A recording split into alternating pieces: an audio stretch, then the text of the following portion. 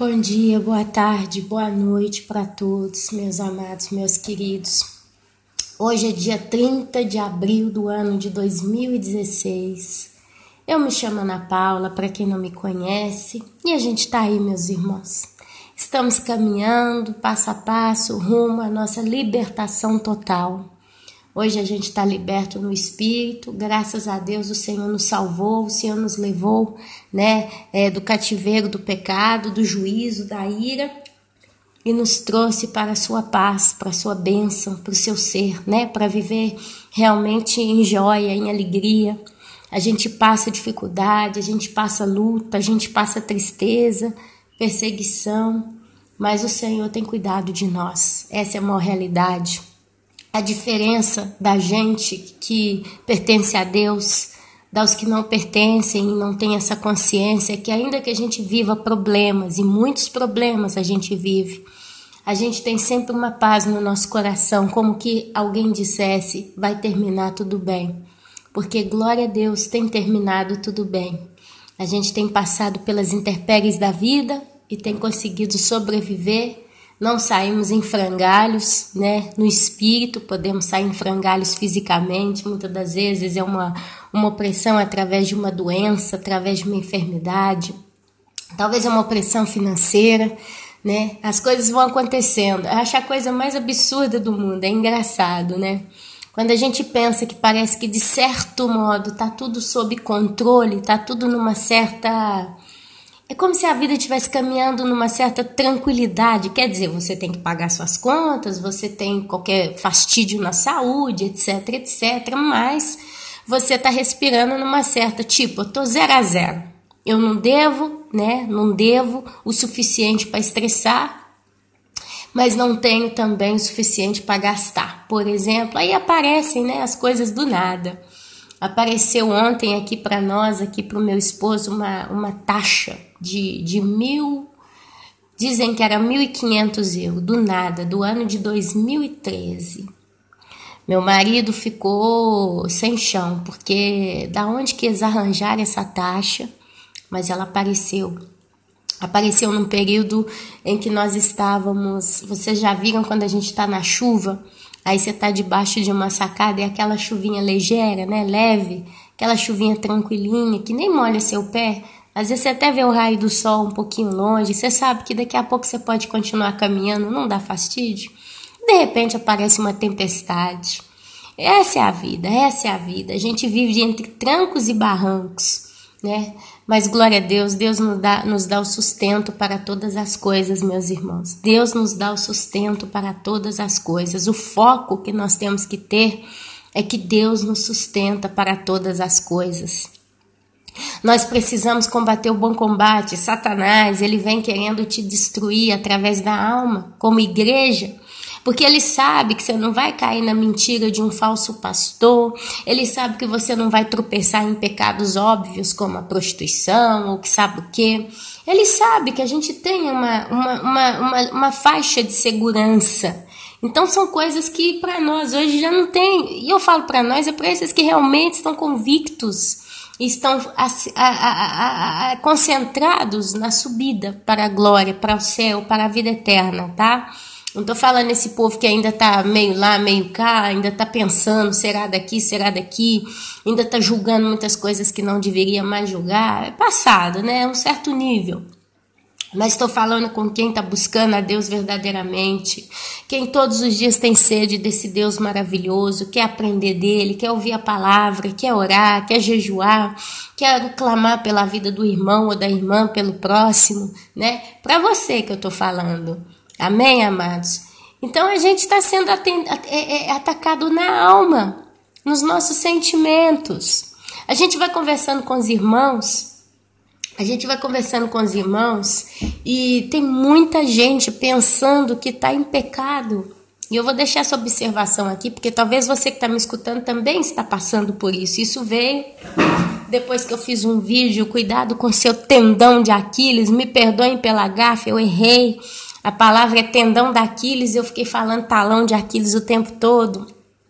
Mas é porque quando eu falava, eu ficava concentrada na língua italiana.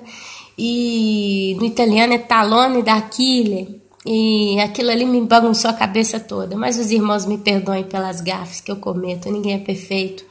Mas de qualquer forma, foi falando naquele vídeo, vieram algumas observações de alguns irmãos. E teve uma irmã que ela falou: Ana, eu acho que eu preciso perdoar uma pessoa muito próxima dela, muito ligada a ela. E porque é uma pessoa que a faz muito mal com essa irmã, faz muito mal, todos os dias apronta.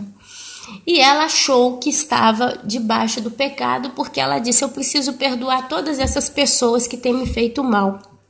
E eu fiz algumas perguntas para ela, mas eu nem precisei fazer muita pergunta, eu já julguei aquilo que ela mesma me contou.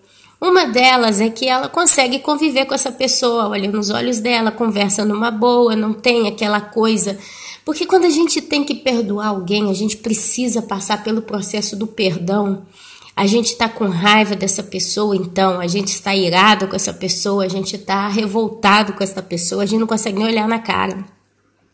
Você não consegue olhar na cara da pessoa, você já levanta todos os dias com sede de vingança. Você já fica torcendo para que algo ruim aconteça com essa pessoa, para que ela dê uma bela tropeçada, caia, como se diz ali, ela vai ver, né? Né? Isso é falta de perdão. A falta de perdão é quando você lembra da pessoa sempre com raiva. Você pensa nela com ódio, com lágrima nos olhos, você fica chorando o tempo todo. E lá no fundo do seu coração, você deseja justiça. Isso é falta de perdão.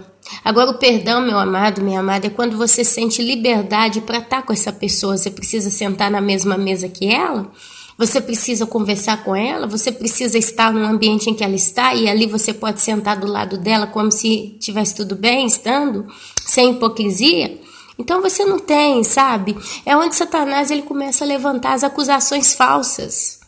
E ele tira a paz de muito, ele está tirando a paz de muito nesses últimos dias através de certas coisas. E eu digo para os irmãos, é por isso a necessidade de orar muito nos últimos dias. E a maior solução, o maior antídoto para um coração ferido, que é diverso de um coração magoado, um coração que não perdoa. Eu falei com essa irmã, falei, olha, você por acaso já bateu ou a mão, ou o pé, ou o joelho, já cortou, igual agora eu tô com um corte no dedo aqui, eu não sei onde é que eu cortei meu dedo, eu tô com ele cortado. Não é um corte profundo, não é um corte, mas assim, toda vez que encosta, dá fastídio, porque a pele tá bem aberta, eu vou ter que até com um alicate de unha, né, de manicure, limpar esse excesso de pele, aí vai me dar tranquilidade. Mas toda hora que encosta, dá fastídio, dói. Entendeu? Assim é quando você convive com uma pessoa que te faz mal. Se você não toca, não encosta, você não faz nada, não dói, não dá sensação de nada. Mas se você encosta, dói. E às vezes, amado, quem está encostando na ferida da sua alma não é nem você, é a pessoa. É o caso, por exemplo, de uma mãe com um filho, né? Vou dar um exemplo bem neutro. De uma mãe com filho, que talvez é um filho que apronta. Aí a mãe levanta de manhã, o filho já tem seus 18, 19 anos, o filho levanta com um sorriso no rosto, mamãezinha, mamãezinha, e a mãe, filho meu, cozinha, almoçam, lava a roupa do rapaz, e passa um dia normal e tal, das 7 horas da noite o rapaz sai, mas ele não sai por sair, ele sai pra gandaia pesada, e a mãe fica em casa triste. Porque mais tarde o telefone toca, alguém fala, olha, seu filho está caminhando com aqueles maus elementos de novo. E você sabe que aquele povo ali é perigoso, é barra pesada, eles usam droga, eles usam armas, eles estão envolvidos com coisas pesadíssimas. Seu filho pode estar envolvido em confusão, pode ser perseguido. Então aquela mãe fica ferida, aí o rapaz chega em casa, às vezes até 10 horas da noite chega em casa, ela respira. Ai, que alívio, meu filho chegou e chegou vivo. Aí ela vai e fala, filho meu, para de andar com essas más companhias, isso não é gente boa. Aí o filho começa a gritar a ela, eu sou maior de idade, eu sei o que eu faço, eu entendo da minha vida, você não precisa preocupar, que você tem que só cuidar de ficar em paz, que eu tô bem, que eu sei o que eu faço. E passa aquele dia, passa um outro e um outro, e ele levanta de manhã no dia seguinte, talvez vai trabalhar, passa um dia em paz, a mãe tá com o coração bom. Aí ele nem chega em casa do serviço, vai direto para gandaia, e a mãe não dorme, não fica em paz, o coração oprimido. Aí alguém levanta, liga para ela, fala, olha que seu filho hoje tá com aquele cara ali, e estava com o revólver na mão, e seu filho estava perto, e não sei o quê. E fazem anos e anos e anos passando por situações desse jeito. Essa mãe tem um coração ferido, um coração inquieto. Ali ela passa brigando com o filho, porque chega num ponto que a mãe começa a brigar com o filho. E ali ela começa a brigar e ela fica chateada e o filho fica ferindo ela. Começa a chegar em casa com menina da rua, começa a fazer gandaia e a mãe com o coração ferido. Mas não é um caso da mãe que tem que perdoar o filho, porque ela consegue amá-lo, ela consegue estar com ele, ela está oprimida e preocupada com a segurança. É um caso que se o filho toma juízo, decide num belo dia qualquer nunca mais andar com aquele povo, ela não precisa perdoar ele, ou ele, né? Ele pode até pedir perdão para ela por educação, no senso, mãe, você me orientou, eu sempre aprontei e eu te incomodei, eu te fiz ficar preocupada, então eu quero que você me desculpe pelo distúrbio, pelas vezes que eu te fiz chorar. Mas isso não significa que a mãe está literalmente magoada com aquele filho. Ela vai estar aliviada. Toda vez que ele apronta, o coração fica chateado, fica oprimido, fica ferido. Então tem situações e situações. Eu digo para os irmãos, é só o Espírito Santo para trazer para você a resposta do seu coração. Ele traz para mim, ele trouxe para vários irmãos e ele trará para você. São tantas situações diversas. Mas uma coisa que eu conversei com essa irmã querida, eu falei, olha, leia o livro de Oséias, porque eu estou lendo esse livro. Eu acho que, coincidentemente, em todos esses anos que eu tenho estado aqui no canal com os irmãos, normalmente, às vezes, eu estou passando por uma fase específica da minha vida e eu começo a falar sobre aquilo e, coincidentemente, eu estou lendo um livro da Bíblia que está muito em cima daquele mesmo problema que eu passo. Eu acho que é uma harmonia tão boa que Deus tem colocado na minha vida, né? Que coisa linda. E lendo o livro de Oséias, a gente vê o sofrimento de Deus para com o povo ingrato. E é igual eu falei com a minha irmã, com essa irmã querida, eu falei, quando você estiver sofrendo, porque a pessoa que você, né, tem suportado como uma pedra na sua vida, que te fere, que te faz mal, que todo dia te faz lembrar do mal que ele te fez, e etc, etc. Leia o livro de Oséias, leia devagarzinho. Você nos 10 primeiros minutos talvez não vai conectar bem, mas depois de um certo tempo você vai começar a ver a história de Deus passando aperto, desculpa a expressão, com o povo de Israel. Deus sofrendo com um povo ingrato. E ali você vai começar a ver o lado de Deus passando uma situação pesada também, sendo desrespeitado, sendo ignorado por um povo ingrato. É onde a gente tende, meus irmãos, a esquecer muitas das vezes das nossas dores e concentrar na dor do outro, nesse caso na dor do próprio Deus. Isso faz muita diferença. A gente precisa ter várias práticas para procurar não pensar nas pessoas que nos fazem mal. Eu comentei aqui alguns dias atrás num vídeo da minha cunhada, que é uma pessoa muito difícil, muito complicada, e isso foi gerando no meu coração uma incontentação muito grande, que poderia virar um pecado, poderia virar ódio, poderia virar mágoa, poderia virar algo realmente muito brusco, né, no meu coração e me prender no pecado. E eu fiz alguns acertos comigo mesma. O primeiro deles é concentrar na leitura da palavra. Eu tenho feito isso e ali eu encontro bálsamo para o meu coração. É onde, como eu disse agora e repito, eu começo a ver o lado de Deus diante das situações que ele passou. E hoje ele continua passando. Deus hoje talvez está passando muito mais do que ele passou antigamente. Porque nós somos mais, o número dos habitantes na Terra são muito mais do que daquelas épocas passadas. Mas seja lá ou seja cá, a gente vê um coração de um ser maravilhoso que já há milhares de anos, nós estamos falando aí de quantos? 6, 7 mil anos, né? Está sofrendo com o homem, está sofrendo com a injustiça, com a ingratidão, com a falta de respeito, com a falta de temor, com a dependência. Ninguém quer depender de Deus e o coração dele está sofrendo. Ontem eu tava vendo um filme, eu vi um filme, eu tava vendo um programa na televisão, aí é um casal, né, casado, e o rapaz, ele propôs de fazer alguma coisa pro casamento dele melhorar, para agradar a sua esposa e tal, e foi onde ele pegou ela e levou ela para um resort, e ali tinha cavalo para eles fazerem cavalaria, né, montarem a cavalo, tinha degustação de certos tipos de comida, e era um lugar paradisíaco e não sei o que, ele levou ela para lá. Aí chegou lá, ela montou a cavalo, aí mostrou ela no cavalo com ele lá, mostrou eles degustando os negócios. Enquanto eu via aquilo, eu falava, gente, Deus, ele deu tanto pro homem. Quanta coisa linda Deus criou para o homem. Sim, Deus criou todas as coisas para a sua glória. Tudo que foi criado, Deus criou para a sua própria glória.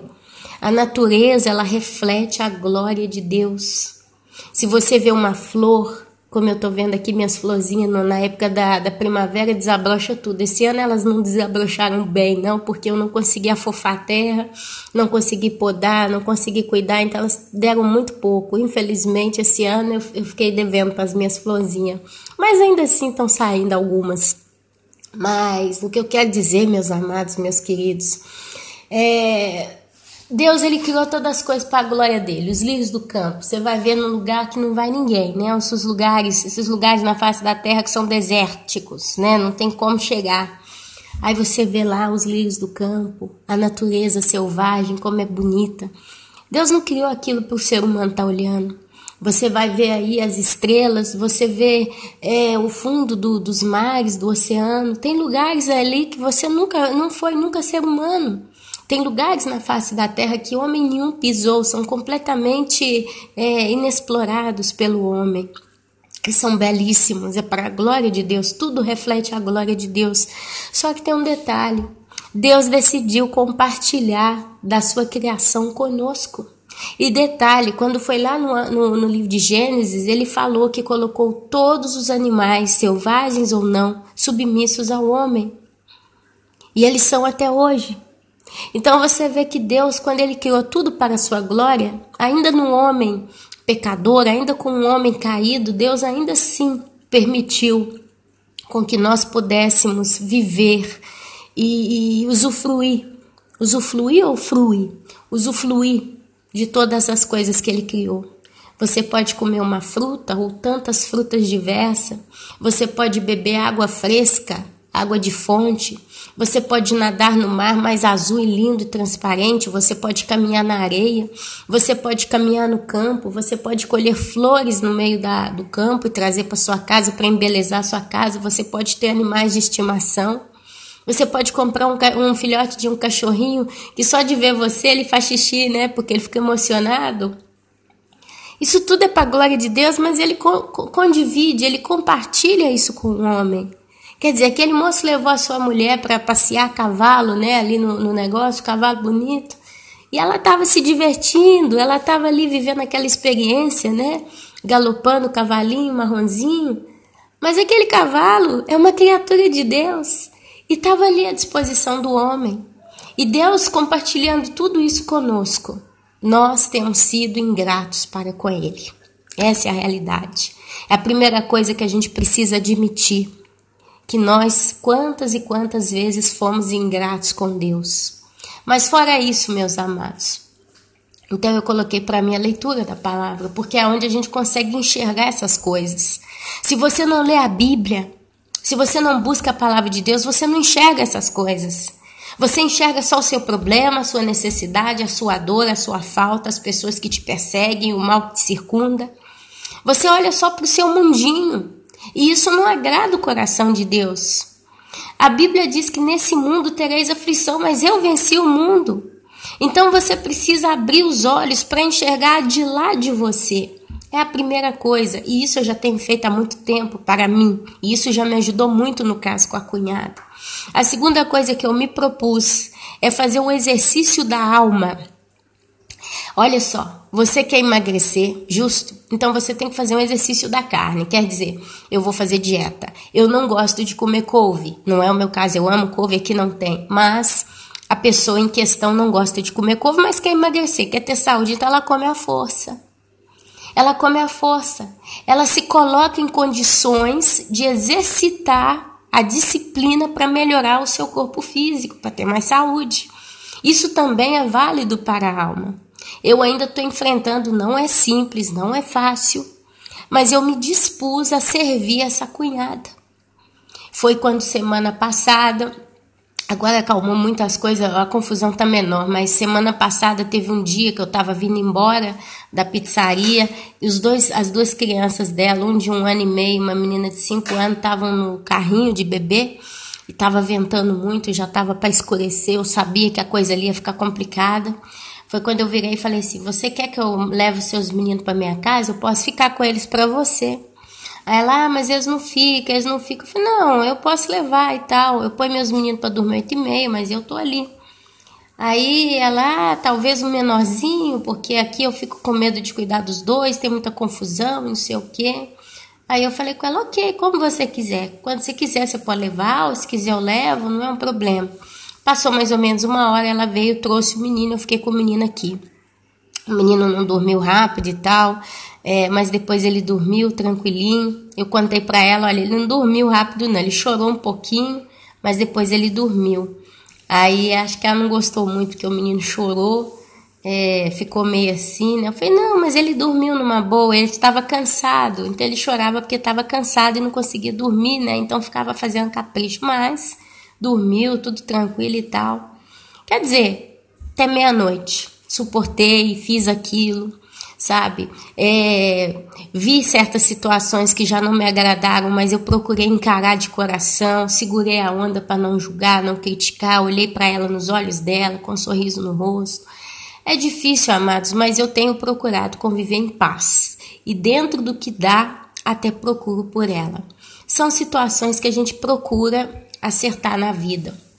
É outro caso, né? E o último deles, amados, é o que eu já tenho feito há muito tempo. Eu tenho orado por outros irmãos, eu tenho procurado abençoar outras vidas.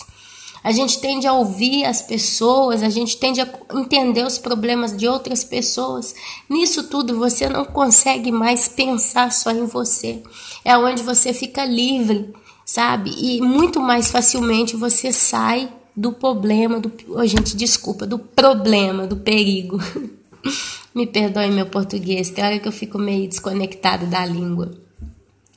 E nessa brincadeira, Deus ele vai revelando para nós como que as pessoas estão oprimidas, como que as pessoas estão oprimidas, como que pessoas estão com as vidas manchadas. Tem gente que está com a vida tão manchada e elas não conseguem fazer nada. Deus ele vai mostrando para nós a condição em que muitas pessoas estão espiritualmente. Eu fico chateada, mas infelizmente muitas das vezes a gente não pode fazer nada. Vou contar para os irmãos um sonho que eu tive duas noites atrás.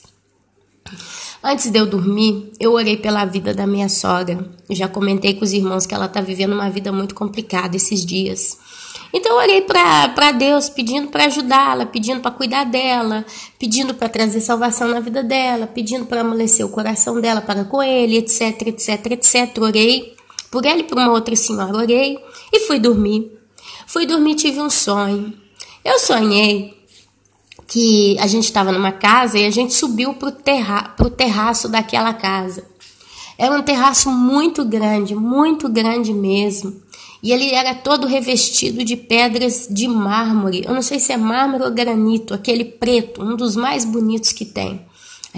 Acho que é granito, aquele preto, 1 metro por 1 metro. Era as placas do granito naquele chão daquele terraço. As paredes eram brancas. Então era aquele ambiente, só que não estava terminado como ambiente. É como se os pedreiros tivessem feito vários serviços, vários trabalhinhos ali, e tivessem deixado na metade da estrada, ainda faltava muita coisa para acabar. Só que aconteceu um problema. A gente subiu para dar uma limpada boa, sabe? A gente precisava limpar tudo, colocar tudo em ordem, né? Que o ambiente em si estava pronto. Aí nós subimos a escada, tava eu, meus 2 filhos e a minha sogra. Aí eu pedi meu menino de 8 anos para pegar os detergentes, alguma coisa para mim. E ele não foi, ele ficou ali curioso como criança e foi entrando, né, terraço adentro. Aí eu falei, Gabriel, toma cuidado, porque olha ali, tem um passarinho com um ninho. Porque como o lugar estava abandonado, e era de telha, por telha colonial, então tinha aquelas madeiras das telhas coloniais. Foi-se feito um ninho de passarinho, uma ave de rapina, um passarinho grande. Ele fez um ninho, ele estava mais ou menos a 2 metros do chão, porque o teto não era tão alto. Olha só, isso é sonho de Deus, porque eu lembro todos os detalhes. Aí meu menino foi caminhando, na hora que eu vi aquele ninho de passarinho, o passarinho já estava olhando para ele. Aí eu falei, Gabriel, toma cuidado que esse passarinho pode te atacar se você aproximar muito. E aonde estava esse passarinho, embaixo aonde ele estava, tinha uma poça de cimento, sabe, tipo um concreto seco. Era uma poça bem grande, de meio metro de diâmetro mais ou menos, ela secou. É como se o pedreiro tivesse deixado cair o balde cheio de cimento, né, de coisa de cimento no chão, e em vez de limpar aquilo, ele largou lá e foi embora, que troço secou, aquela poça. Estava bem debaixo de onde estava esse ninho de passarinho. E esse passarinho devia ter 2, 3 filhotinhos com ele. Então meu menino foi caminhando em direção a essa poça, nisso o passarinho veio na direção dele. Na hora ele virou para voltar para o meu lado e eu estava chamando ele, o passarinho chegou a bicar as costas dele, né? Mas não machucou não, só assustando ele para ele não aproximar do ninho. E aí eu fiquei concentrada naquela poça de sujeira e no sonho eu fiquei cismada. Falei, gente, eu tenho que limpar aquela poça. Esse mármore, esse granito, esse mármore é tão bonito para ficar com aquele negócio sujo ali. Eu ficava incomodada. Foi quando eu virei e falei, gente, vão lá embaixo pegar vassoura, rodo, produto de limpeza para vir limpar isso aqui, que eu preciso limpar isso aqui. Eu preciso limpar. E a minha sogra o tempo todo em silêncio, do meu lado esquerdo. Amados, na hora que a gente girou, nós giramos todo mundo ao mesmo tempo, os 4, né? Porque meus filhos, eles estão sempre comigo. Aonde eu vou, meus filhos estão comigo, nos meus sonhos, então eles estão sempre presentes, porque é uma coisa física mesmo. Agora mesmo eu tô aqui fazendo esse vídeo, eles estão lá dentro brincando, mas a gente tá sempre junto. Raramente a gente se separa. E aí na hora que a gente virou, um cachorro labrador, aquele cachorro grande, normalmente o labrador é aquele cachorro que acompanha a gente cega. Normalmente ele é clarinho, cor de creme, né? Mas tem também na raça preta. É um cachorro muito doce, meus irmãos. Essa raça de cachorro é muito doce. É um cachorro maravilhoso. Ele é gigante, mas é muito doce como animal. Aí quando a gente virou, tinha esse cachorro labrador preto. Esse cachorro, há mais ou menos 1 mês e meio, 2 meses atrás, ele faleceu aqui na casa da minha sogra. Era um cachorro da família. Ele tinha mais de 15 anos, 12 anos, era um cachorro muito velho, ele morreu, tadinho. E, aliás, tadinho, ele morreu foi um favor que fez, porque ele era muito maltratado, ele não era um cachorro cuidado bem, eles não lavavam o cachorro mal, sabe? Era aquele cachorro assim, parecia cachorro de rua, mas tinha uma casa. Só que esse cachorro, quando ele era vivo, ele tinha um olhinho tão doce, era um cachorrinho tão bonzinho, sabe? Ele era uma gracinha de cachorro. Então, quando eu virei, a minha perna esquerda encostou no focinho do cachorro. Só que aquele cachorro, ele estava parado na porta dessa escadinha, que era a entrada, né, para esse local. Ele veio em silêncio. Na hora que eu virei, minha coxa bateu, né, no focinho desse cachorro. Quando eu bati o olho, ele não estava olhando para mim, ele estava olhando para minha sogra. Ele não tirava o olho dela. E a minha sogra estava do meu lado, estava em pé, mas é como se ela tivesse morta, porque ela não reagia, ela não falava, ela não se manifestava em nada naquele sonho. E detalhe, os olhos daquele cachorro eram maus. É o oposto do que ele foi na terra quando ele era vivo, meus amados. E no sonho eu entendi que era um demônio. No próprio sonho, eu entendi que aquele cachorro já não era mais o cachorro que foi uma época, mas era a presença própria de um demônio fixando os olhos nela. Meus amados, e o sonho acabou. O sonho acabou. Eu sei que no sonho, amados, eu vi a mancha, e olha só, o mármore é uma pedra, né? O granito, o mármore é uma pedra muito delicada. Você não pode pegar, por exemplo, cloro, você não pode pegar amoníaca, você não pode pegar produtos fortes para lavar uma pedra de granito ou de mármore, porque eles ficam manchados, eles perdem o brilho, eles estragam, corroem, dependendo do produto. Então o que acontece? Caiu o cimento, e não era só cimento, ele tinha aquelas pedrinhas, sabe quando o pessoal vai fazer a estrutura da casa e põe aquelas pedrinhas pequenininhas para fazer a armação da casa? Era aquele cimento. E no sonho eu sabia que para limpar aquilo eu tinha que bater, tinha que cutucar, cavacar aquele cimento para tirar aquela pedra que foi colada, depois ia ficar aquela mancha. Como é que se limpava, meus amados? Você que está me entendendo, como é que limpa um mármore cheio de cimento? No sonho eu peguei até produto mais refinado para limpar. Eu queria limpar, mas tinha aquele ninho de passarinho bem em cima. Quer dizer, se aproximar para limpar a mancha já era quase impossível. Com o passarinho que ainda rodeava ali para não se aproximar, não por causa da mancha, mas com medo que eu tocasse nos seus filhotes. Quer dizer, é a imagem de um outro demônio, ou é a imagem da dificuldade? Eu acredito que o passarinho em si não era mais um demônio, um espírito imundo, mas eu acredito que aquele passarinho significava a dificuldade ainda maior de chegar próximo da mancha.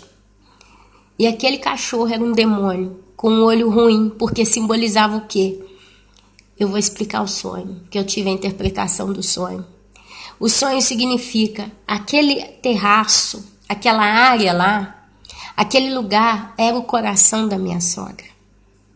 O fato do chão ser preto é porque ela está nas trevas.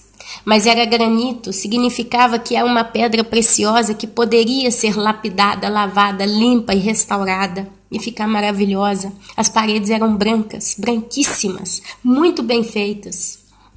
Mas tinha teia de aranha, tinha sujeira para todo lado. E era eu que queria limpar aquele lugar, mas eu não podia limpar, porque eu não tinha acesso nem ao material da limpeza e nem aos lugares onde estava sujo. E aquela poça de cimento seco, ela era a maior mancha, porque se limpasse aquilo ali, o resto era só varrer tudo, passar um paninho que estava tudo limpo. Mas era uma mancha quase que impossível de se retirar. E para piorar a situação, tinha o passarinho, a ave de rapina que voava em torno, dentro do diâmetro daquela mancha, estava bem em cima. Quer dizer, são a vida da pessoa refletida, é o espiritual da pessoa.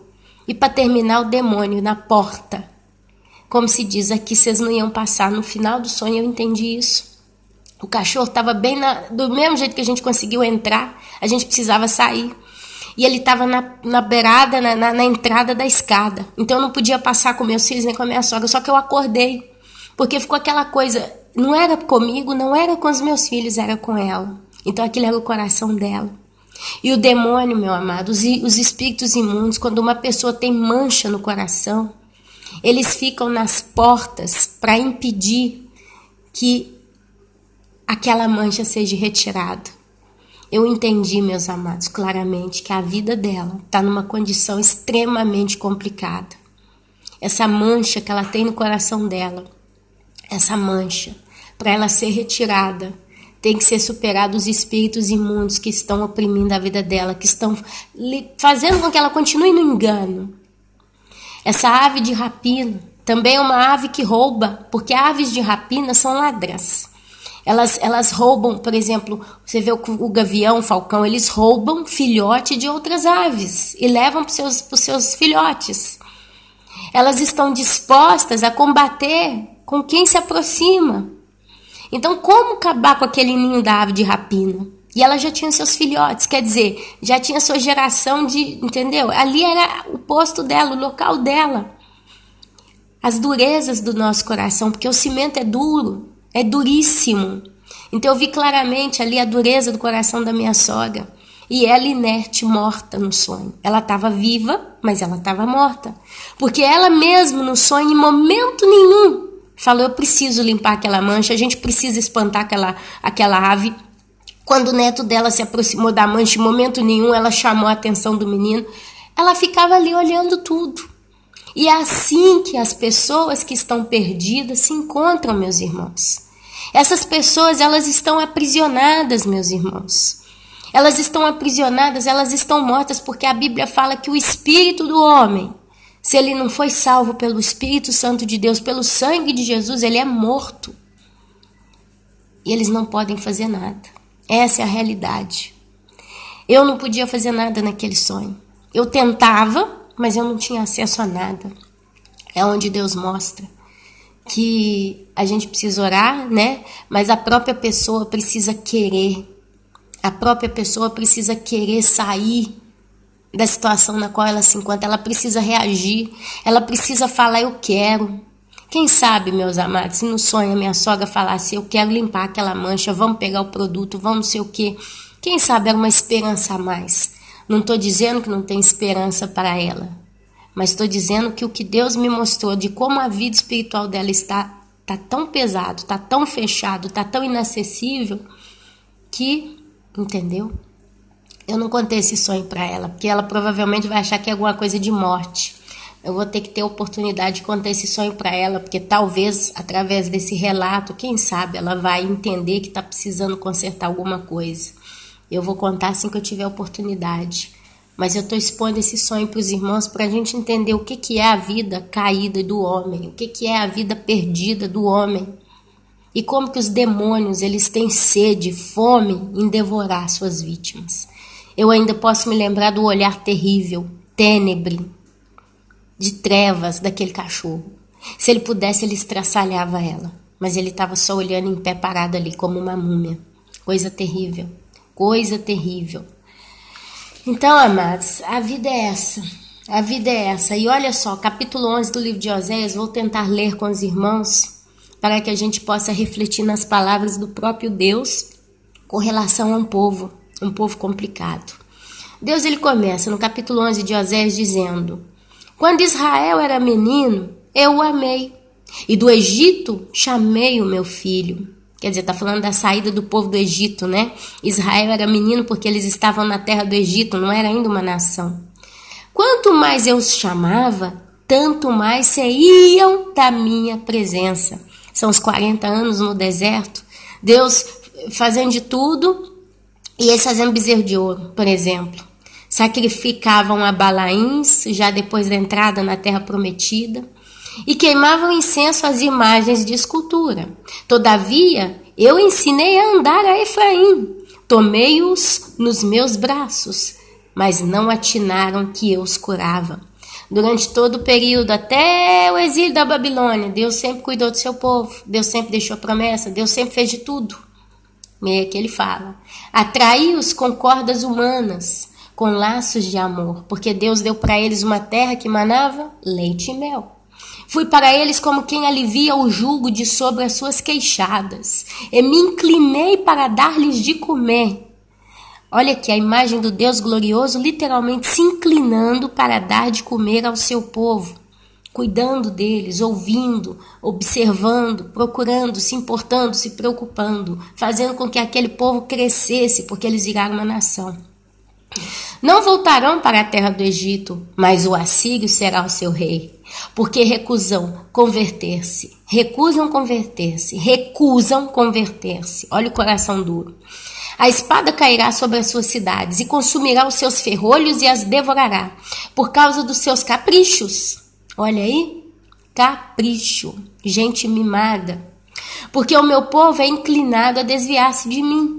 Quer dizer, por mais que Deus fazia e fazia de tudo para atraí-los com laços humanos de amor, laço humano no senso que Deus também levantou seus profetas, levantou seus reis, Deus fez de tudo. E Deus fazia de tudo para atraí-los com laços de amor e eles se inclinavam contra a Deus. Porque o meu povo é inclinado a desviar-se de mim. Se é concitado a dirigir-se acima, ninguém o faz. Ninguém o faz. Como te deixaria, ó Efraim? Como te entregaria, ó Israel? Como te faria como a Admá? Como fazer-te um Zeboim? Meu coração, isso é o coração de Deus, hein? Meu coração está comovido dentro de mim. As minhas compaixões, uma a uma, se acendem. Não executarei o furor da minha ira. Não tornarei para destruir a Efraim. Porque eu sou Deus e não homem, o santo no meio de ti. Não voltarei em ira. Andarão após o Senhor. Este bramará como leão. E bramando os filhos, tremendo virão do ocidente. Tremendo virão, como passarinhos, os do Egito. e como pomba os da terra da Síria, e os farei habitar em suas próprias casas, diz o Senhor. Efraim me cercou por meio de mentiras, e a casa de Israel com engano, mas Judá ainda domina com Deus e é fiel com o Senhor, o Santo. Inclusive de Judá veio o Messias. Vocês veem um coração de o amor de Deus Pai e a ingratidão de Israel. A gente vê, meus amados, querendo ou não, a gente vê que Deus é que busca o homem. Deus é que atrai o homem com laços de amor. Deus é que investe tudo que Ele tem em cada um de nós. Eu estava vendo esses dias o filme da Paixão de Cristo, aquele do Mel Gibson, da crucificação do nosso Jesus. A gente não tem ideia, a gente não tem noção nem de longe do que Cristo sofreu ali naquela cruz. Aquele filme, ele conseguiu e tem sido um testemunho vivo da palavra de Deus. Ali eles mostram, na hora que eles deram as chibatadas nas costas de Jesus, chegou o momento que eles tinham batido tanto que aí eles falaram, bom, as costas não dá mais. Eles viraram ele, começaram a bater no peito. E ali, aquela ponta daquele chicote, que não era um chicote, ele foi dividido em várias partes com ferrolhos nas suas pontas, rasgavam a pele de Jesus no filme. E ele vai mostrando aquele filme dele carregando a cruz, aquele pedaço de madeira pesado, e ele ia deixando rastro de sangue pelas ruas. E com certeza, meus amados, foi exatamente isso que aconteceu com Jesus. Mano a mano que ele caminhava aquelas ruas ali, com a cruz nas costas, o sangue ia sujando, ia ficando, caindo todo o chão, ia derramando. A Bíblia fala que Deus, ele deu seu Filho unigênito, para que todos aqueles que o amam sejam salvos, não pereçam. A Bíblia fala que ele levou sobre si o castigo que nos trouxe a paz. Aqui a gente está vendo Deus tratando com o povo de Israel. Oséias é um livro de Deus tratando com o povo de Israel, mas ele retrata o homem. O homem.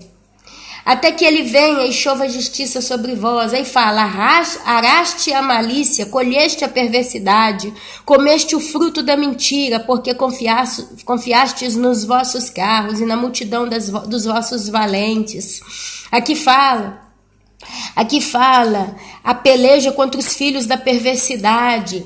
Pecaste, ó Israel. Aqui vai falando aqui no capítulo 10, o seu coração é falso. Israel é vide luxuriante, que dá o fruto segundo a abundância do seu fruto, assim multiplicou os altares. Quanto melhor a terra, tanto mais belas colunas fizeram. O seu coração é falso, por isso serão culpados. O Senhor quebrará os seus altares e deitará abaixo as suas colunas. Olha só, depois lá no 11, ele traz a esperança da salvação para um remanescente. Aqui ele traz também o nosso amado Jesus, mais lá para frente. Sabe, amados? A gente precisa aprender a ver Deus pela ótica de quem Ele é. Ele é bondoso, Ele é misericordioso, Ele é Deus zeloso, Ele é um Deus ciumento. Enfim, amados, a gente precisa ver Deus da ótica que Ele é. É aí que eu, Ana Paula, comecei a entender quem eu sou e quem é Deus. É quando você vê que diante de você, meu querido, minha querida, existe um Deus santo. E olha que se eu começo a falar dele, eu não paro, né? Mas diante de nós existe um Deus santo, um Deus glorioso, poderoso, maravilhoso, mas um Deus que se inclina para nos dar de comer.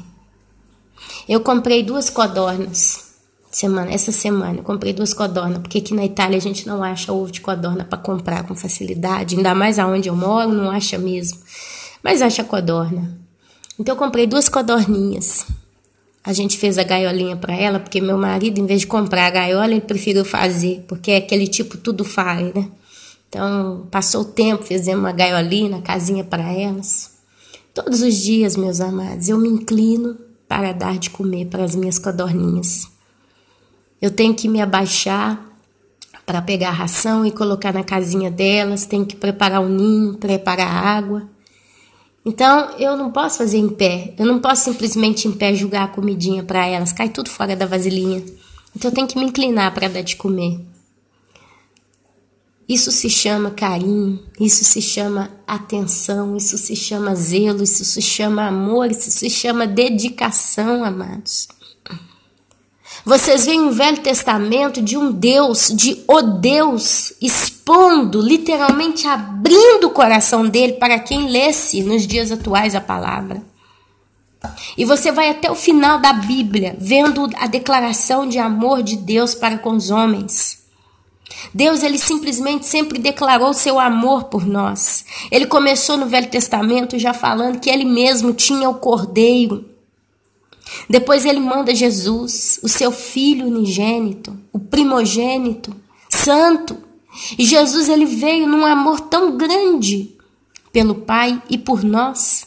Porque Jesus morreu naquela cruz para obedecer a Deus, mas por amor a nós também. Porque ele nos amou, Jesus nos ama. Não pense você que Jesus fez só para obedecer a Deus. Ele fez por amor e obediência a Deus Pai, mas também porque nos amava. Ele sabia que se ele não morresse naquela cruz, não teria solução. E Deus o mandou, o enviou para isso. A ponto que ele ali no monte chega a falar para Deus, se for possível, afaste-te de mim este cálice. Mas não era possível, porque foi o único modo justo para salvar todo aquele que cresce em Jesus. Deus, ele te ama. Deus, ele me ama, Deus, ele nos ama.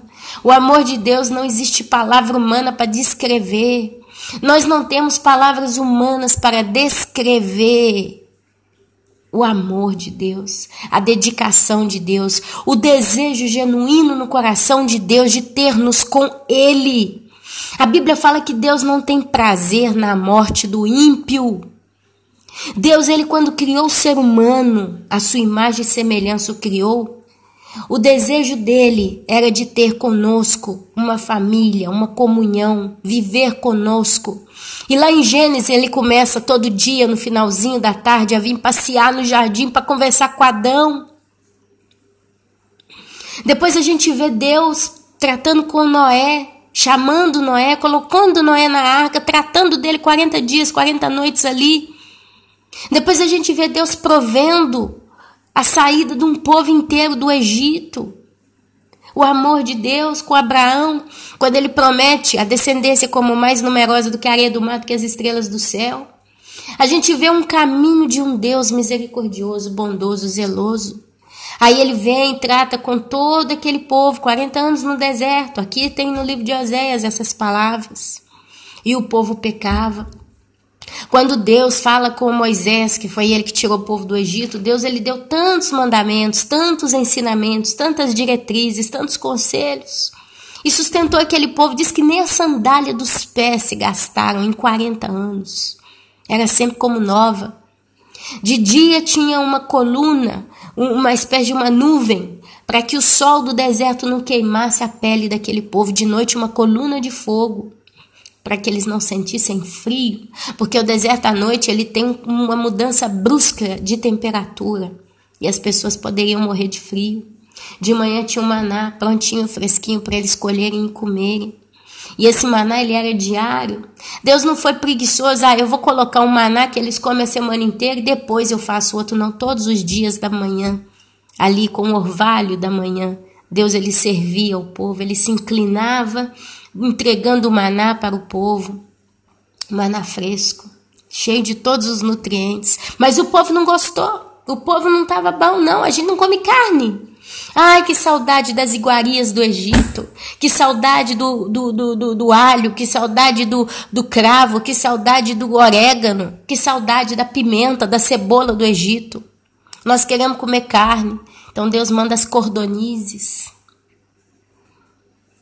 Ah, Deus, mandou água, mandou carne, mandou maná, não deixou que a sandália dos pés deles se rebentasse, as roupas. De dia com uma coluna uma nuvem, de noite com uma coluna de fogo.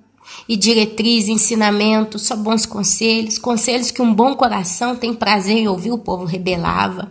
Moisés ainda estava lá em cima no monte, trovões, e eles ouviam a voz de Deus, eles viam que tinha a presença da glória de Deus, eles fizeram um bezerro de ouro, começaram a ficar pelados ali, foi o primeiro carnaval da humanidade, foi ali naquele bezerro, cultuando aquela coisa louca. Então, meus irmãos, e foi uma vida assim, meus irmãos. Aí vem Jesus, depois de tudo isso vem Jesus, nasce, aos 30 anos começa o seu ministério, até os 33, recolhe os seus apóstolos, ensina para eles, prega, cura, faz milagres e prodígios, milhares se convertem, faz a pregação do sermão lá no monte, ensina a oração do Pai Nosso que estais no céu. O próprio Jesus disse Pai Nosso, ele não disse Pai meu que está no céu. Jesus ali, ele fala Pai Nosso, porque o próprio Jesus ali, ele se identificava como nosso irmão, o primogênito de muitos. Pai Nosso que estais no céu, santificado seja o teu nome, venha a nós o vosso reino, seja feita a tua vontade, assim na terra como no céu. O pão nosso de cada dia, o maná, nos dai hoje. Perdoa as nossas dívidas, porque nós temos as dívidas. Assim como nós perdoamos a quem nos tem ofendido, não nos deixe cair em tentação e livra-nos do mal. Amém. Olha só quanta coisa, quantas declarações, quanta história, meus amados. Por que não ler Bíblia? Quanta história de amor, quanto você vê um Deus sensível, apaixonado conosco, amados. Quanto ele era apaixonado e quanto ele é apaixonado. E aí, para terminar, através da boca do apóstolo Paulo, trâmite outras bocas de homens de Deus, ele fala sobre o arrebatamento, lá em Tessalonicenses. Irmãos, não chorais por esses que morreram, não seja como o povo do mundo, os ímpios que se desesperam, porque eles estão dormindo. Vai ser ao soar da trombeta, num abrir e piscar de olho, todos os que estão mortos vão ressuscitar, e nós que ainda estamos vivos, nos encontraremos com eles nos ares, e assim estaremos para sempre com Jesus. Ah, meus amados, quanto amor, quanto amor, quanto amor, quanto amor. É aí que a gente fica constrangido e entende uma das passagens da Bíblia que diz que o amor de Deus nos constrange. É quando a gente entende tudo isso, é onde a gente chega à conclusão de dizer o que eu posso pedir para esse Deus? Ele já fez tudo por mim. Ele fez, ele faz, ele fará tudo por mim. O que eu posso pedir para ele? É onde a nossa oração tem que ser uma oração que diz: Pai, me ensina a ser segundo a vontade do teu coração. Me ensina a te amar, me ensina a te conhecer, me ensina a te temer e reconhecer quem tu és. Dá-me lá força, dá-me a força para que eu possa caminhar segundo o teu estatuto, a tua vontade, o teu coração. Dá-me humildade, simplicidade. Tira de mim todo espinho, todo cravo, toda mancha. Me sustenta a cada dia.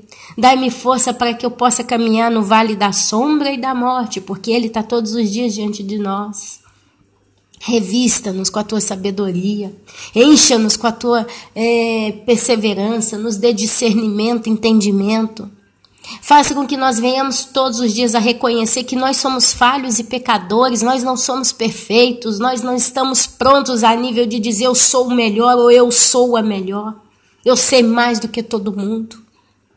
Ensina-me a pregoar o Evangelho, dá-me o perfume do Espírito Santo, que eu possa realmente ser luz no meio das trevas, que eu possa ser o perfume da Tua glória que caminha em mim, porque o Senhor habita dentro de mim. Aonde eu pisar, que seja tomado por herança espiritual. Não que eu vá pisar num lote que está lá com a plaquinha vende-se, então aquele local vai ser tomado por minha herança, porque vai ser tudo queimado muito em breve. Daqui a pouco Deus vai mandar fogo do céu nesse planeta e Ele vai expurgar esse planeta de todo o seu pecado. Deus, Ele vai purificar a terra através do fogo. Então não adianta você ficar desejando terra que mana leite e mel para a sua vida. Mas você precisa pisar naquela casa, daquele vizinho, daquele amigo, daquele parente, com a fé que aquele local vai ser tomado espiritualmente por herança, porque você vai interceder por aquele povo. Porque você vai lembrar dessas pessoas na sua oração. Eu falei e repito, há uns anos atrás, eu fiquei assim meio desesperada. O que eu posso fazer para trabalhar no reino do Senhor? Fora as outras coisas que de algum modo eu já fazia, foi aonde eu peguei um papel, uma caneta. Sentei na minha mesa, estava sozinha em casa, eu comecei a escrever tudo quanto é nome de gente que eu lembrava. Todos os nomes que vieram à minha mente, de pessoas que eu conhecia há anos atrás, pessoas que eu trabalhei com elas, pessoas que por algum motivo eu encontrei com elas na minha vida. A gente passou um momento ali numa célula de igreja, ou num trabalho na escola, amigos de escola. Fui escrevendo o nome de todo mundo, fui escrevendo. Deu muitos nomes, mais de 100 nomes, muito mais de 100 nomes. Aí eu lembrava de uma amiga, de um primo, de uma prima. Aí eu lembrava dos parentes dessa pessoa e eu escrevendo tudo. Pra vocês terem uma ideia, eu lembrei da minha cunhada aqui da Itália, que ela já não mora mais aqui. E eu poderia orar só por ela, mas aí eu lembrei da mãe, do pai, dos irmãos. Ela tem 7, 8 irmãos. Eu não lembro o nome de todos, mas todos que eu lembrava eu coloquei. E quando eu não conseguia mais escrever o nome de ninguém, eu falei por todos os irmãos.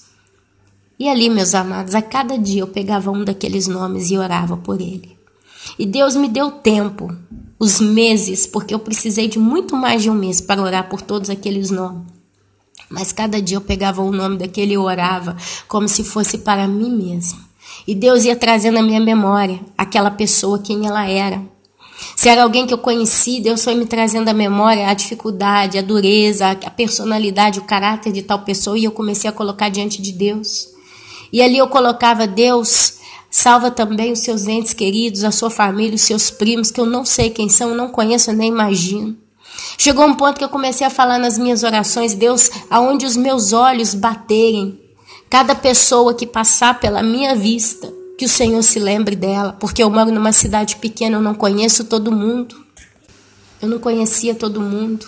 Mas foi onde eu falei: Deus, toda pessoa que passar diante de mim, Senhor, e eu não vou nem lembrar um segundo depois, vocês já viveram isso.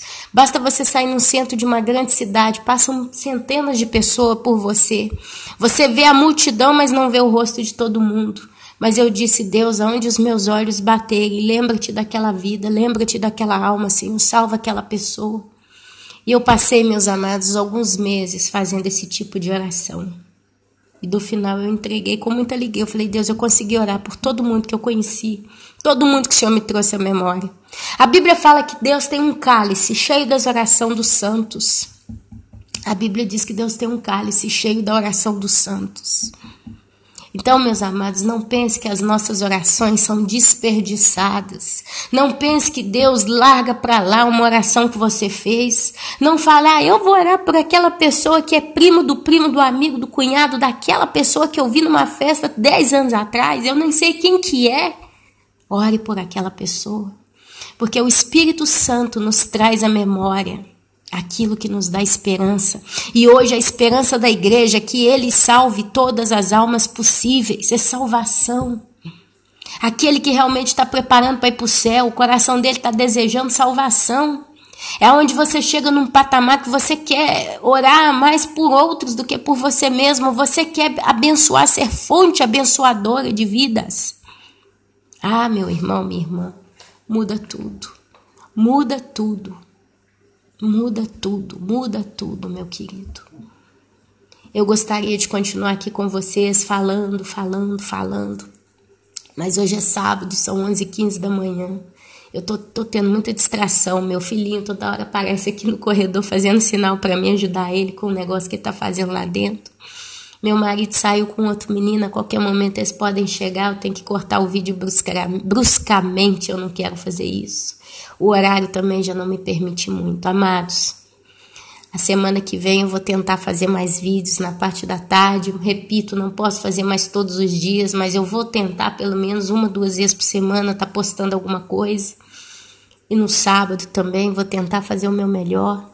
Mas saibam, meus queridos, que vocês são sempre pessoas que estão nas minhas orações. Quantas vezes eu falo: meu Deus, eu abençoo todos os meus irmãos do YouTube. Eu peço ao Senhor que cuide da necessidade de cada um dos meus irmãos, que o Senhor dê a eles a santidade, entendimento, discernimento, dê a eles força para eles continuarem até o final, porque eu sei, meu querido, minha querida, que você talvez que está aqui me escutando está passando uma barra pesadíssima e você se sente extremamente sozinho e muitas das vezes você olha e não tem solução e tem que ter um milagre. Eu sei disso. Mas infelizmente, amados, a gente não pode fazer mais do que orar. Porém, a oração, ela é poderosa. Muito pode a oração do justo. E eu repito, eu não sou justa em mim mesma, mas a minha justiça vem do Espírito Santo que intercede por mim com gemidos inexprimíveis diante do trono de Deus. A minha justiça hoje está por causa do sangue de Cristo que me justifica. Quando Deus olha para mim, Ele não vê a Ana Paula pecadora, mas Ele vê o sangue de Jesus sobre a minha vida. E eu tenho recebido de Deus um coração temente. Ah, meus irmãos, como é bom receber de Deus um coração temente, que essa venha a ser uma das maiores orações da tua boca. Deus, dá-me um coração que teme a ti. Porque o temor, ele é o freio para o pecado. Ele é a campainha de alarme. Ele é a alma da consciência. O temor, ele é a alma da consciência. Não se esqueça disso. O temor, ele não é medo, ele não é pânico, ele não é desespero. Mas o temor, ele é uma sensação de... A palavra certa não é medo, porque a gente não tem medo porque, se eu pecar eu vou para o inferno. Não, mas é o medo de entristecer o coração de Deus. Esse é o temor, a essência do temor é essa. É você se sentir tão grato com Deus que você não tem coragem nem de pensar em alguma coisa que possa entristecer o coração de Deus. E se você comete algo sem querer, e você imagina, só imagina que talvez aquilo entristeceu o coração de Deus, você clama perdão a Deus, você se sente sem lugar. Eu não gosto de dizer a expressão eu estou sem graça, eu não gosto de usar essa expressão nem de brincadeira, porque eu estou cheia da graça de Deus. Mas só para os irmãos entenderem, eu prefiro usar a palavra italiana, a disagio. É como se você ficasse desconcertado toda vez que você faz algo errado e você imagina que aquilo pode entristecer o coração de Deus. Isso é temor. Temor é pensar 1000 vezes antes de pecar. E quando a gente escorrega, porque nós estamos sujeitos a pecar todos os dias. Amados, a gente realmente reconhece isso e a gente se lembra do quanto nós somos gratos a Deus pela sua misericórdia, pela sua bondade, pelo seu carinho, pelo seu amor para conosco. Então é por isso que eu estou sempre orando pelo pessoal que está aí no YouTube. É assim que eu falo, meu Deus, os meus irmãos do YouTube, alcance a cada um que está em necessidade. Alcance a cada um que está com uma sensação de estar perdido. Alcance a cada um que precisa tanto de ti. Vá de encontro aos meus irmãos. Não permita que nenhum deles pereça. Deus sabe das minhas orações, amados. Meu negócio é orar. Eu gosto muito de orar. Pecado que eu não tenho tempo que eu gostaria e condição de fazê-lo, mas Deus sabe. E que isso possa ser também uma paixão da sua vida, do seu coração. Jesus está voltando, meu querido. Comece a distribuir amor através de oração. Faça da sua vida um sacrifício de oração constante diante do altar de Deus. Viva uma vida de oração, de leitura da palavra. O resto, amados, o resto é petisco. Porque a essência que realmente canaliza a nossa alma diante do trono de Deus, quer dizer, que guia, que direciona, que leva, que porta a nossa alma ao trono de Deus, é a leitura da palavra e a oração. Esse é um conselho que eu dou para os irmãos no dia de hoje, é um conselho, é o que eu estou fazendo na minha vida e tenho esperado do Senhor a sua misericórdia a cada dia. Amados, que o Jesus Todo-Poderoso, maravilhoso, glorioso, lindo, possa abençoar cada um de vocês no dia de hoje. Saibam que Ele vos ama muito. O amor que Jesus tem por nós, boca humana não pode descrever. E Ele espera. Ainda ontem eu estava aqui mexendo com algumas coisinhas e eu pensei, qual será a ótica de Deus com relação ao arrebatamento? Qual será a expectativa do coração de Deus e do coração de Jesus e do próprio Espírito Santo com relação ao arrebatamento? Amados, Você já plantou alguma coisa? Algo que você desejou muito plantar? E aí você foi e plantou? Como você desejou muito plantar, você comprou o melhor vaso, você comprou a melhor terra, você comprou até ferramenta de jardinagem, às vezes para plantar uma simples flor ou um simples pé de couve. Eu sou assim. Quando eu empolgo a fazer uma coisa, eu procuro fazer o meu melhor. E ali você consegue plantar, consegue cultivar aquela coisa ali, aquela plantinha. Todo dia você põe água, todo dia você limpa, todo dia você está ali de olho para ver se está tudo bem. E aos pouquinhos aquela plantinha vai crescendo, crescendo, crescendo, até que chega no dia de você recolher o seu fruto. Você já imaginou, você se lembra a expectativa que é o que foi no teu coração o dia que você sabia, agora amanhã eu posso recolher o fruto daquela planta que eu plantei com tanto zelo, tanto amor e tanto carinho? Quantas vezes eu me inclinei para cuidar daquela terra? Quantas vezes eu me coloquei do lado ali, afofando a terra, colocando os nutrientes, colocando água, pondo sombra, pondo sol, procurando fazer o melhor? Mantive sempre aquele local onde a plantinha estava sempre limpinho. E finalmente chegou o dia de colher o fruto. E ali você colheu o fruto. Você se lembra como você ficou radioso e feliz? Eu acredito que essa é uma espécie de expectativa que está no coração de Deus Pai, Deus Filho e do Deus Espírito Santo para com a igreja que Ele está prestes a colher, para com Israel, seu povo remanescente, para com 144 mil, para com todo o seu povo, com a Sião, com a chamada Sião, o povo total de Deus, aonde vai estar reunido todos os santos, em um só coro de glória e louvor ao Santo dos Santos, ao Deus Todo-Poderoso. A mesa do banquete está pronta, muitos têm visto isso em sonhos e visões. Imagina a expectativa, talvez até dos anjos que estão ali, que prepararam tudo com tanto carinho. Imagina a expectativa do céu em receber os seus primeiros habitantes, literalmente falando, porque lá hoje tem só alma e espírito dos santos. Eles estão ali em alma e em espírito, mas a coisa ainda não foi completada. Quer dizer, tudo ainda está em processo. Imagina o dia que Deus olhar para Davi, o rei, e Davi tiver com seu corpo glorificado, um corpo de glória, um corpo completo, um corpo finito, terminou o processo de transformação para habitante do céu em Davi acabou. E ali ele vai olhar para os apóstolos, ele vai olhar para Maria, vai olhar para os profetas, vai olhar pelo povo que seguiu todos esses homens e mulheres de Deus no decorrer dos anos. Aí vai olhar para as gerações futuras, vai olhar para aqueles poucos que conseguiram se salvar no deserto, a nova geração que entrou na terra prometida e que foi morrendo em Cristo, no caso em Deus. E ali ele vai ver a geração de agora, os santos, os nossos avós, tataravós, bisavós que morreram. Vai ver os pregadores do passado, os grandes. Aí vai ver você, vai ver a mim, finalmente com o nosso corpo completo diante dele. Deus não vai precisar mais trabalhar para que você se santifique, porque você já vai ser santo completamente. E ali ele vai começar a viver a eternidade com cada um de nós. É onde a gente vai viver, receber o que nem olhos viram, o que nem ouvidos ouviram e que nunca jamais chegou no coração do homem, que Deus tem preparado para aqueles que o amam. Olha que declaração de expectativa de Deus para com você. É como se Deus tivesse preparado, e não é como se, ele literalmente ele preparou algo que é tão grande, tão grande, tão grande, que ele simplesmente falou na expectativa, filho meu ou filha minha, nem os seus olhos viram, nem os seus ouvidos ouviram e nunca, nunca chegou ao teu coração aquilo que eu tenho preparado para você que me ama.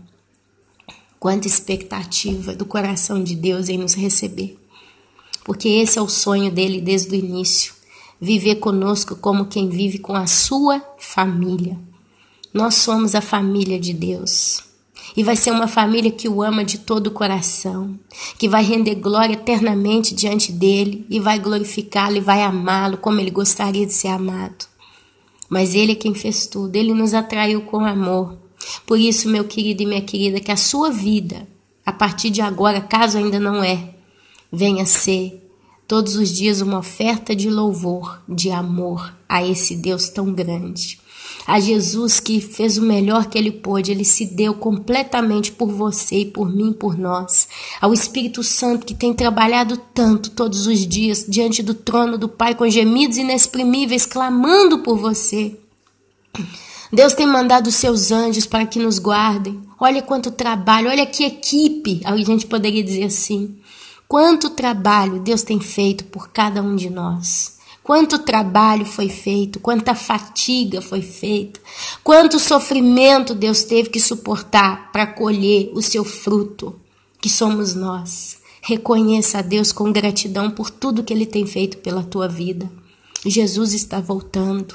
Que o seu maior presente seja estar irrepreensível naquele dia para subir e honrar a Deus com a sua vida.